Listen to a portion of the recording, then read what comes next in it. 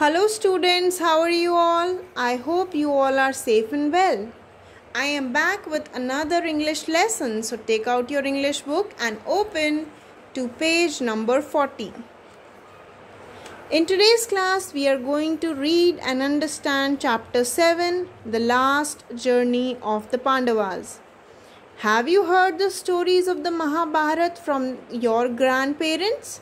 Do you know the names of the 5 Pandavas? Who won the battle of Mahabharata? Read to find out what happened after the battle was over. क्या आप लोगों ने महाभारत की कहानी सुनी है अपने दादा दादी से? क्या आप जानते हैं 5 पांडवों के नाम? क्या आप जानते हैं कि महाभारत का युद्ध किसने जीता था? इस चैप्टर में हम पढ़ेंगे कि युद्ध खत्म होने के बाद क्या हुआ.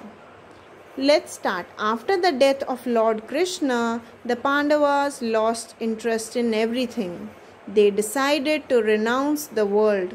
They crowned Abhimanyu's son Parikshit the king of Hastinapur.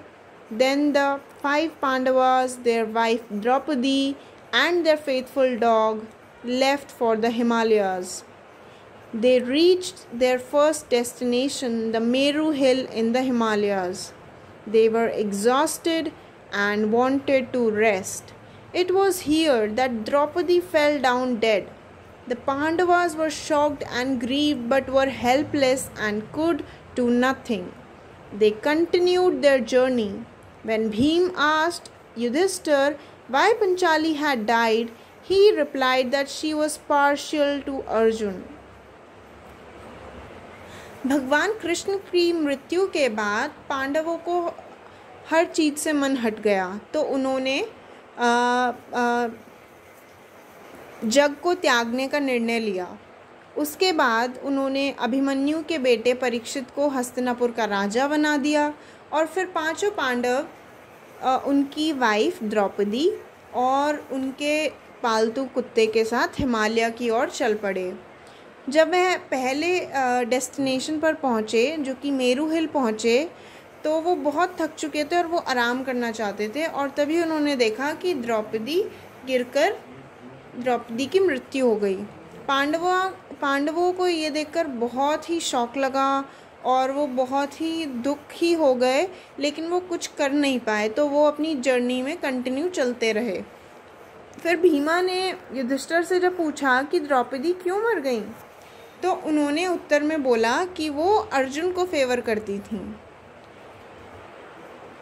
Favour मतलब वो अर्जुन का पक्ष लेती थी हर बात पे. The next to fall on the ground was Sahadev. फिर अगला सहदेव गिरकर उनकी मृत्यु हो गई. He drop dead because of pride of wisdom. उन्हें अपनी विजडम पर घमंड था, मतलब उन्हें अपनी बुद्धिमत्ता पर बहुत ही घमंड था. After their ascent for some distance on the Himalayas, Nakula was the next to fall.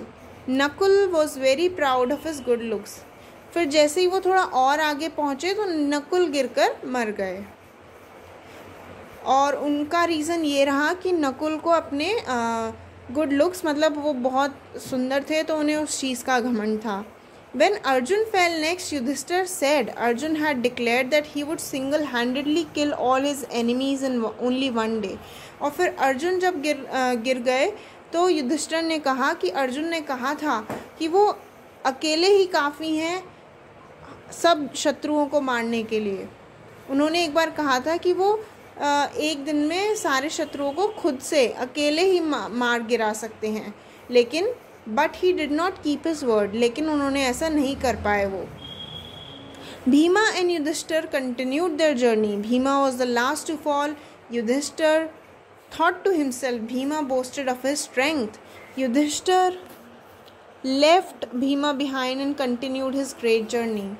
अब भीमा गिर पड़े या भीमा की मृत्यु हो गई, तो युधिष्ठिर ने सोचा कि वो हमेशा अपनी स्ट्रेंथ, अपनी ताकत के बारे में बोस्ट करते रहते थे, यानी कि बढ़ा चढ़ा कर बोलते रहते थे. तो युधिष्ठिर ने भीमा को पीछे छोड़ा और वो अपनी जर्नी कंटिन्यू करने लगे. वो चलते रहे और उनके साथ वो फेथफुल डॉग था जो उनके साथ अभी भी चल रहा था. और when he reached the end of his journey, Lord Indra stopped his chariot beside Yudhishthira and said to him, "Get into the chariot. I have come to take you to heaven."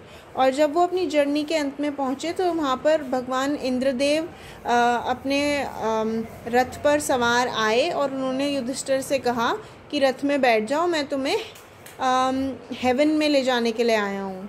Haven मतलब स्वर्ग। तो इंद्रदेव ने युधिष्ठिर से कहा कि मैं तुम्हें स्वर्ग ले जाने आया हूँ।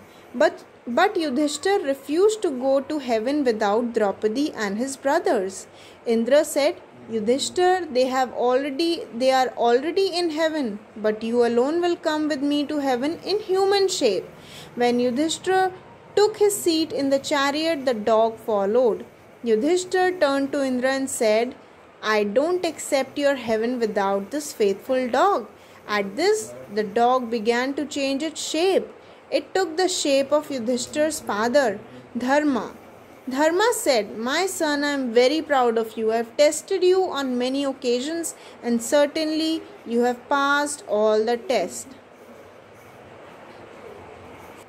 लेकिन युधिष्ठिर ने बिना द्रौपदी और बिना उसके भाइयों के बिना जाने के लिए मना कर दिया। तो इंद्रदेव ने कहा कि युधिष्ठिर, वो सभी पहले से ही स्वर्ग में हैं, लेकिन फ़र्क इतना है कि तुम ह्यूमन शेप में जाओगे, मतलब तुम जीवित होकर हेवन जा रहे हो और वो भी हेवन जा चुके हैं ऑलरेडी। फिर युधिष्ठिर ने जब रथ में सीट ली तो पीछे पीछे डॉग ने उनको फॉलो किया और युधिष्ठिर ने इंद्र से कहा कि मैं बिना इस डॉग के हेवन नहीं जाऊंगा। तो इस पर जो डॉग है उसने अपनी शेप बदल ली और उसने युधिष्ठिर के फादर की शेप ले ली। तो एक्चुअली वो डॉग कौन था? वो युधिष्ठिर के फादर थे एक दूसरे रूप में। तो उन्होंने कहा कि मेरे बेटे, मुझे तुम पर बहुत प्राउड है। मैंने तुम्हें बहुत ओकेजन्स पर बहुत बार तुम्हारा टेस्ट लिया और तुमने सारे टेस्ट पास कर दिए हैं। तो ये थी स्टोरी महाभारत के युद्ध के बाद पांचों पांडवों के साथ क्या हुआ। I hope you had fun learning the lesson and I'll see you in another class with another lesson. Until then, keep learning, have fun, bye bye.